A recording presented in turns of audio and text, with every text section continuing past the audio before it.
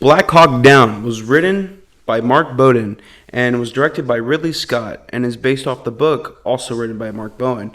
And it follows U.S. Rangers and the elite Delta Force team as they attempt to kidnap two underlings of a Somalian warlord. Their Black Hawk helicopters are shot down and the Americans suffer heavy casualties, facing intense fighting from the militia on the ground.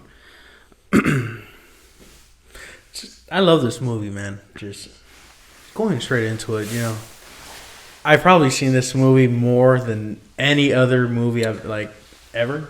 Yeah, you recommended this one to me, and this is the first time I've ever seen it in my life. I've only seen it once, and it was when you asked me to review it, and it did not disappoint. When it comes to war films, I'm not the biggest fan of them, actually. Really? At all. I feel like most war films, they're not bad.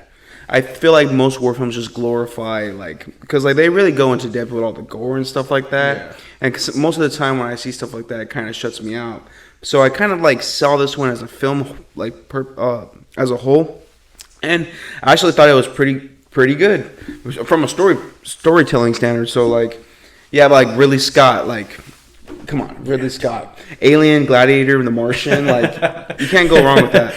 And even though he had his kind of bump in the road in the middle of his career, I feel like he's found his footing recently, and he's still making great movies to this day. Yeah, he's still working. I think he just recently dropped Napoleon. Yeah, well, that was his. I heard that one's not doing too good. Oh, it's not. Yeah. Oh, well, he's back down. No. Well, Ridley Scott. I mean. Oh yeah. Some directors don't always keep their mojo, anyways. Unless you're like Tarantino. Yeah, but that's Tarantino. Yeah, it's Tarantino. Tarantino's something else. But yeah, this movie it tells a really good story. That 1995, I believe it was. I think 93 or 93, where it happened. Yeah, yeah. It was based on a true story. Yeah, based on a true story. Because I know it was based off of a book, but the book was based off of a true story. Yeah, the book is actually really faithful to the actual events. Oh, and the movie, surprisingly too, is really accurate, really too. Faithful. Yeah. Oh wow. And speaking of the movie, the cast of this film the cast is stacked. It's stacked, but at the same time, this was probably before half of their careers actually skyrocketed. So you have actors like Tom Hardy, Ewan McGregor, coming off of Star Wars. That alone adds a bunch of star power. Yeah. When you view this movie now, probably more than back then, because these actors have gone on to do so many good things. But the thing I really like about this movie is when you forget that they're actors. Because the stories, they have all this gear on, the helmets on. You can barely tell who's who. Oh, you're right. You're right. And it keeps you focused on the story rather than who's actually portraying who. Because they have names on their helmets, and which in reality they didn't have names on the helmets. Yeah, it's honestly riveting because the movie it skyrockets from the very beginning. Yeah. It's crazy, but also it's really intense at the same time, and it's very gritty, and the atmosphere feels very realistic. Yeah, it does. And these troops, these guys, this unit, they feel like your brothers, and you feel like you're in the war with them too as the movie progresses. But there's also moments in the film where I thought were so intense, where they're on the battlefield and they're shooting, but they're also trying not to shoot the civilians. Yeah. But oh shit, the civilians have guns and yes. One being that woman, she has I think she had a gun and she was shooting at him. Yeah. So in real life, in reality, when the first landing, when the Blackhawks come down, the little birds come. One of the Blackhawks actually missed the landing zone, which is one of the reasons why they got overrun so quick. They actually landed 1 or 2 blocks away. Oh wow! And so that the run up and they were using the civilians as human shields. That's the reason why there were so many civilians in the way, because they're actually forcing the civilians in the fire right where they're at. Dude, it's such a crappy. Which is against the law. Yeah, dude. The situation is so crazy. Oh yeah. Them landing in that town, that city. Yeah, Mogadishu. Mogadishu is what it's called. I don't know, man. I know when I digged a little deeper into the film, and I know when it was originally released, the criticisms were like there wasn't enough character development. But I feel like a big part of that has to play into all the performances are great. Josh Hartnett, I think, still a show. I mean, he's a fantastic lead, and he's good in everything. As always, like 30 Days of Night and The Faculty. Dude, anything this dude's in, he portrays his characters really good. But like I was saying, like it was criticized for like the character development, but I think a big part of that has to play into like because they're mostly in the chaos, like the battleground, the whole for a big chunk of the film, and there's just so much you can do with so many characters in a story like this. Yeah, like everyone has their own thing. That's what I'm saying. Yeah, and I think another reason why this film fell under the radar a bit is because of when it was filmed and when it was released. It was filmed before 9/11. Yeah, and it was released after 9/11. Yeah, so I feel like that kind of had a little effect on it. Oh yeah, when it kind of like was like pushed underneath the rug because of it. Yeah, so this movie was actually is riding off the back of the success of Saving Private Ryan. I don't know if you know that. Oh yeah. So Saving Private Ryan came out, and then the studios movie. believed that with the height of patriotism and all this stuff that they'll release film. That's actually one of the reasons why the movie The Alamo was released is because Saving Private Ryan. All these studios just decided like, look, this came out, the patriotism, it's in the air, you know, everything like that. So this movie was a result of that. They were hoping to get as many awards that Saving Private Ryan got, but yeah, what you just said right there, like. Yeah, because of like Saving Private Ryan, it was setting up a bunch of cliches for war films as a whole. But I don't think Black Hawk Down has those. Really? This one doesn't. It doesn't have the cliches like other war movies. I think this one just. It doesn't waste no time. It just puts you in the action. Like it's just brutality, and it's kind of gory too. Like it gets brutal. RPGs and they're exploding. Yeah. Or when it goes through the truck and goes through the guy's body. Yeah. He dies in there like get out of the truck. That's what I'm saying. It's like it's brutal, dude. But like also at the same time, like even like for its release in 2001, the presentation of like the visuals and even the green screens and the special effects, they hold up tremendously. Like, oh yeah, it does, man. This movie's just I don't know. There's something about it that it really I love watching it. Like I've probably watched it at times like 2 or 3 times a day. Mm-hmm. When I was like younger, because my brothers and everything were all really into it. It was one of your favorite films of all time. It was probably one of my favorite war movie of all time, or military movie of all time. Yeah, Ridley Scott does a great job directing this, and I think Gladiator came out before this one. Yeah, it did. I think him winning an Oscar for that film really like made him want to just keep on pushing. Yeah, the momentum was pushing. Yeah, and it honestly worked because I think this film won Best Sound Mixing and Best. What was the other one? It won Best Sound Mixing and Best Editing. So for this film won 2, and Hans Zimmer did the score. The score's really good. Yeah, I was surprised seeing Hans Zimmer's name on the screen. I was like, dude, who wasn't in this movie? Who wasn't involved in this film? Like, wow, this is crazy. Like, and it's so shocking to me because like this film isn't really talked about. Like, no, it really Saving isn't. Private Ryan or We Were Soldiers or even Hacksaw Ridge starring Andrew Garfield. I love Andrew Garfield in that movie. Yeah, I love Hacksaw Ridge. But this movie is just, I don't know, man. There's something about it that it's so real, you know. And even being a war movie, the movie does get emotional. There's a lot of emotion. Yeah, there's a lot of. I saw this thing where there was that scene where the guy was looking at the photo of his wife and kid. Oh yeah, that's Eric Bana's family. Yeah, I forgot what happened. Where they forgot to take a pic. They had actors or something, or like people to take pictures of, but they totally forgot to do it. So coincidentally, Eric Bana's family was on set. They were traveling with them. You mind if we take a picture of you guys and just use it? Go ahead. There was also some funny like realistic army moments where like there was that one part where they were like screaming, "Come to us!" and he was like, "Fuck you, you come to me." You shot it. So realistic, dude. Or whenever McGregor was like, "Why aren't we shooting?" and he was, Oh, and then they're not being shot at yet. And how can you tell? And then now they're shooting at a chute. Yeah, Evan McGregor, Dude, he's so good in this movie. Yeah. Such a likable presence and everything. And the fact that he started out, he's the only skill he had that he said was he knows how to type, which honestly seems very real because God knows I know how to type.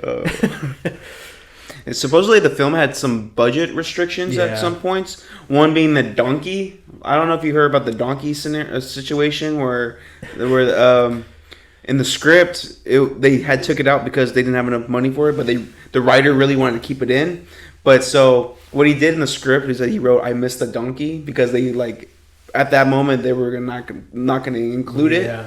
But then it was so integral to the story and it fit the area they were in, so they ended up keeping it in anyways. The donkey. So not only did it fit, but that's actually happened. They actually stopped firing because I think it was a donkey or a cow just ran in the middle of the road and they didn't want to shoot it. Oh, that's yeah. Wow. They literally stopped shooting because there was an animal that they didn't want to kill.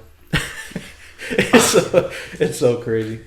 Yeah. But yeah, good. So when the movie starts, they come down. They're going around there's a Target building that they're going through, and Delta Force. What actually happened in real life is when the Delta Force landed on top of the building, they weren't communicating with the Rangers outside, and the Rangers weren't communicating with Delta Force inside. So the plan was they would tell them "Hey, we got the guys, and then we're ready." But in reality, what happened was nobody said anything. Oh, wow. And so they were there much longer than they had to be, and that's pretty much what kickstarted all this. That's intense, man. That's a shitty situation. It really is. And then not only that, but one of the Blackhawks actually landed a few blocks away, and then the convoy was late to pick them up, and just a lot of stuff went wrong in this movie and in real life too. And it's crazy, man. And you said it was very accurate to what really happened in the film? Damn. Yeah. They must have really did the research then. They really did. Actually, they had the original Rangers on set. Oh, on this actual set? A bunch of them. They actually wrote a letter to the cast. Each actor that was playing them signed the names of the people who died. Wow. And crazy. It was tell our story or something like that. So all the actors actually received a lot of praise from the actual people who were there. Which is pretty cool. You don't see that too much.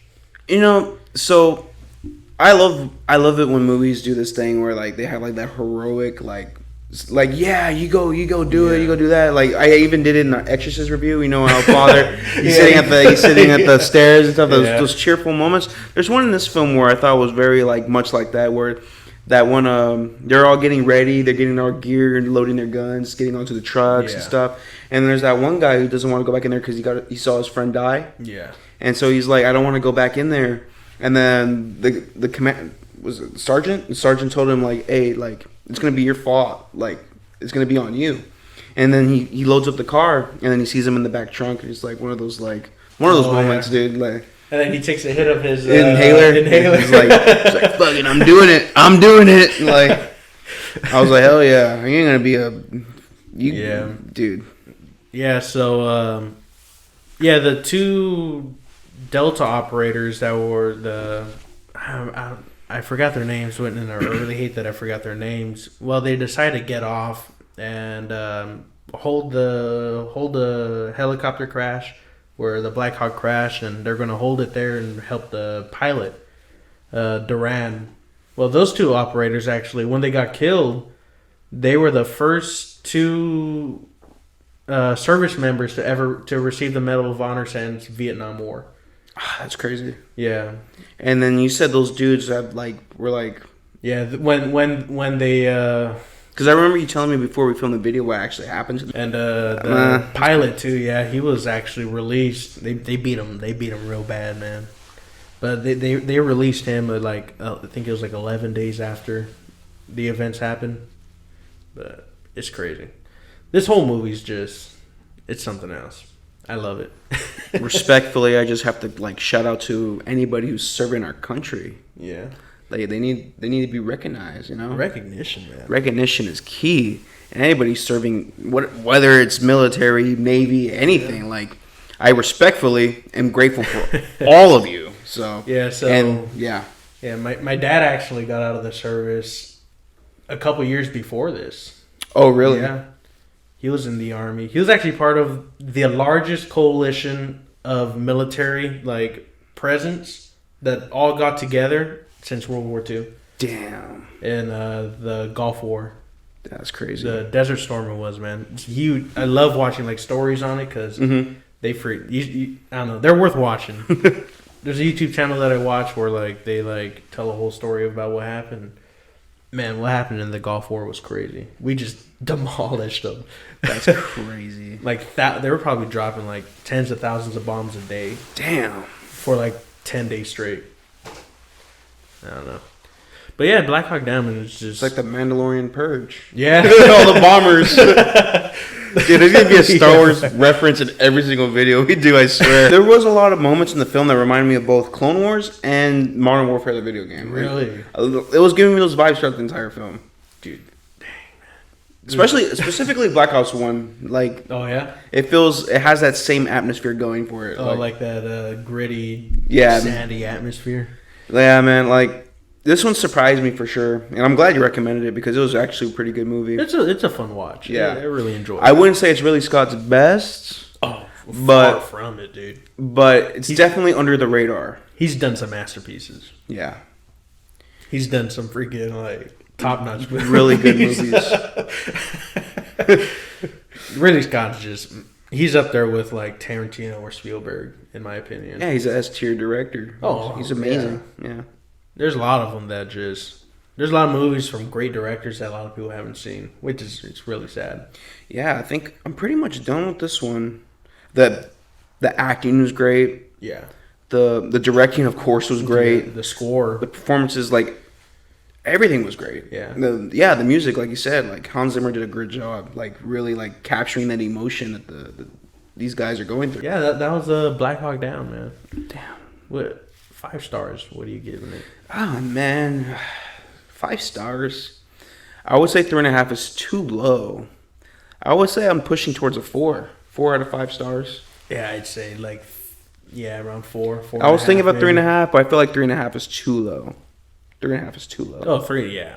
Especially for being Ridley Scott. Yeah, this movie. He deserves a star. It has very. I didn't pick up any flaws. It's just the war film thing is just. It was good. There's few scenes in the movie that are really slow. Yeah, but there's not too many of them. Yeah, and the historical accuracy on my part really gives it a little boost up too. I'm not going to say 5 stars because there are problems in it, but solid 4. Solid 4. All right, that's Black Hawk Down.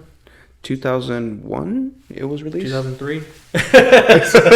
Something like that. I said 5 earlier. But yeah. But I think yeah, I'm Steven Gomez. And I'm Matt, and this is Primetime Flicks. Yeah, and don't forget to comment, and subscribe. I love reading the comments, man. I love the comment section. We love comments.